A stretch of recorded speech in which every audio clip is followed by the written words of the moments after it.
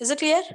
For onto function, कोई भी function अगर ऑन टू है तो उसके लिए हम क्या कह रहे हैं कि रेंज और कोडोमेन इक्वल है। Hitesh, is it clear? Yes ma'am. Shalini, Kartik? Yes, ma'am. Okay. Now, the next is here, which is bijective. ये आसान चीज है, अब चीजें क्लियर होती शुरू हो जाएंगी। बाइजेक्टिव, पहला क्या था याद कर लो, इंजेक्टिव। दूसरा दूसरा क्या था, सब्जेक्टिव। ठीक है, और जो थर्ड अभी हम पढ़ रहे हैं वो क्या पढ़ रहे हैं, जिसको क्या बोल रहे हैं, बाइजेक्टिव। ठीक है, तो व्हाट दूसरा नाम इज क्या है मैम इसका? सब्जेक्टिव? अभी इसका, हाँ हाँ बता रही हूँ ना। हाँ।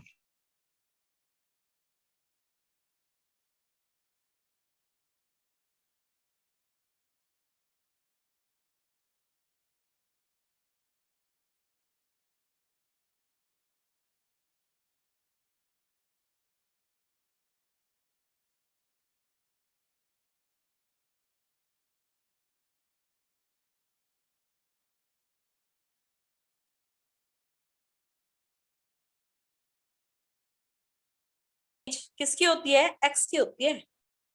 इमेज किसकी होती है बेटा, एक्स की। तो इसको बोल देते हैं प्री इमेज। बहुत सारी चीजें हैं जो तुम्हारे को समझ में आएंगी और बहुत नहीं लगेंगी, तो याद रखो, हर वाई बिलोंग्स टू वाई के लिए, जो भी वाई जो किस में बिलोंग कर रहे हैं, वाई के लिए, इमेज की बजाय ऐसे बोल देंगे प्री इमेज। क्या बोल देंगे बेटा इसको, preimage. Y belong to Y के लिए क्या होनी चाहिए, एक प्री इमेज होनी चाहिए। ठीक है, इसी को क्या बोलते हैं हम, bijection. Bijection means one one भी हो। अब कैसे डिफाइन करूं मैं बाइजेक्शन को, कर सकते हो? यस, क्या बोलोगे, क्या बोलेंगे यहाँ पर, बाइजेक्शन कब होगा, when one one and onto. अब डिफाइन कैसे करूंगी देखो जरा, for all X belongs to X, जो क्या है X, domain, there exist different image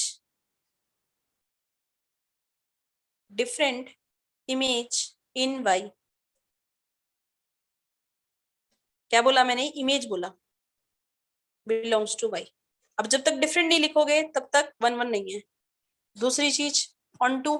on to के लिए क्या बोल रही हूँ, for all y belongs to y, जो क्या है ये, कोडोमेन। देयर एग्जिस्ट कहोगे मैम ये क्या लिखवा रहे हो, यही, ये सिर्फ लिखने के ही नंबर आएंगे इसमें।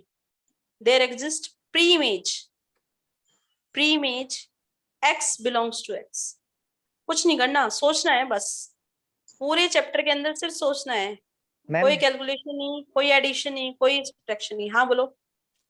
इसमें दोनों में यही डिफरेंस है ना कि इसमें वन वन में तो अलग अलग होनी चाहिए और ऑन टू में इसकी सेम भी हो सकती है प्री इमेज। बिल्कुल, और वो डोमेन पे है, वो कोडोमेन पे है। ये भी तो हो गया, ये किस पे है, डोमेन पे, और वो किस पे है, कोडोमेन पे। ठीक है ना? तो मतलब जितने भी वाई हैं सभी की एक प्री इमेज हो सकती है सारे एलिमेंट्स बिल्कुल की। बिल्कुल, सबकी अपनी अपनी एक प्री इमेज होगी। सेम भी हो सकती है, डिफरेंट भी हो सकती है, वो कोई जरूरी नहीं है, बट प्री इमेज जरूरी है। ठीक है, नेक्स्ट आता है हमारे पास कॉम्पोजिशन ऑफ फंक्शन। अब जब कल आप पूछ रहे थे ना हितेश, तो इसको बोलते हैं composition of function. Composition of function क्या कहता है, कॉम्पोजिशन। कॉम्पोजिशन का मतलब क्या होता है बेटा, अभी तक तो हम पढ़ रहे थे एक फंक्शन, हमने पढ़ा एक फंक्शन, एक था एफ, जो कहां से था, एक्स से वाई तक था। फंक्शन क्या था, एफ, जो कहां से था, एक्स से वाई तक। अब एक और फंक्शन मान लेते हैं जो क्या है, जी, जो कहां से है, वाई से जेड तक। अब कहोगे मैम कॉम्पोजिशन के लिए क्या ऐसे मान सकती हूँ जेड से वाई, टोटली रॉन्ग, बिल्कुल गलत हो जाएगा। क्यों, जो इसकी कोडोमेन होती है ना बेटा, जो इसकी कोडोमेन होती है, कॉम्पोजिशन कब बनेगी, जब इसकी डोमेन के इक्वल होगी, तभी आंसर आएगा, वरना आंसर आएगा ही नहीं। जो इसकी कोडोमेन है। अब जैसे मैंने कह दिया फंक्शन, फंक्शन है कहाँ से, एक्स मान लो पी से क्या हुआ है, फंक्शन मान लेते हैं कहाँ से है, पी से क्या हुआ, और कहो मैम कॉम्पोजिशन बनाओ आर से एस, बना ही नहीं सकते, बना ही नहीं सकते। सेट हमेशा कैसे होने चाहिए, ये इसके इक्वल होना चाहिए। क्या वो किसके इक्वल होना चाहिए, आर के। मतलब क्या वो आर का मतलब क्या है, मतलब क्या है, ये तो है क्या कोडोमेन, और ये क्या है बेटा डोमेन। आई थिंक इतने डीपली आपको कोई भी नहीं बताएगा, सिर्फ सिंपल सिंपल चीजें बताएंगे। लेकिन आज अगर आपने ये चीजें समझ ली ना, आपको फंक्शन में कभी प्रॉब्लम नहीं आएगी। ठीक है, तो क्या कहा मैंने, फंक्शन था कहां से, एक्स से वाई पर, और जो जी फंक्शन था वो कहां से था, वाई से जेड पर, वाई से जेड पर। तो हमने कहा फंक्शन बनाओ एफ विद जी, मतलब फंक्शन ऑफ जी, एफ का किसके ऊपर बना दिया बेटा, जी के ऊपर। अब कैसे अप्लाई करते हैं, जी ऑफ एक्स, फंक्शन क्या होगा, F of G of X, मतलब क्या होगा देखो, पहले तो जी को एक्स के ऊपर लगा दो,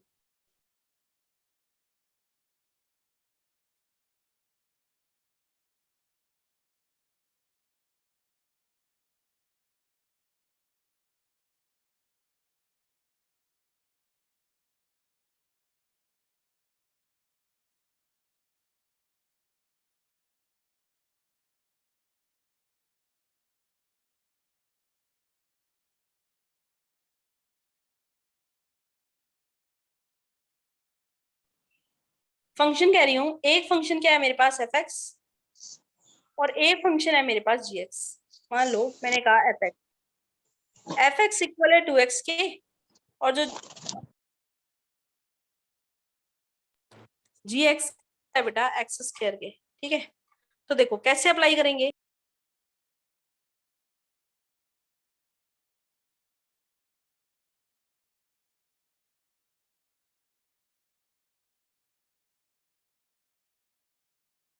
कैसे अप्लाई करेंगे एफ ऑफ जी एक्स, कैसे, पहले कहता है जी को एक्स के ऊपर अप्लाई करो, कल बताया था मैंने। अगर जी एक्स है तो इसका मतलब क्या है, एक्स स्क्वायर, इसका मतलब क्या है एक्स स्क्वायर, जी एक्स की वैल्यू क्या है, एक्स स्क्वायर। ठीक है, अब आपने एक्स के ऊपर जब अप्लाई किया तो उसको टू से मल्टीप्लाई किया था, फंक्शन को किससे मल्टीप्लाई किया, टू से।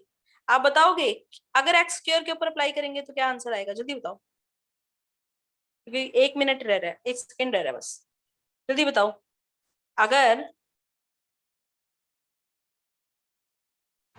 आंसर क्या आना चाहिए बेटा, 2 × x² आना चाहिए, आंसर कितना आना चाहिए, 2 × x²। क्या है? ठीक है, इज इट क्लियर, जो भी फंक्शन होगा उसको अप्लाई करने पर क्या होगा, 2 से मल्टीप्लाई करना होगा। मैं कह दूं 2x3 है तो 2x² + 3 आ जाएगा आंसर। ठीक है, तो ये कल करेंगे, आज के लिए इतनी।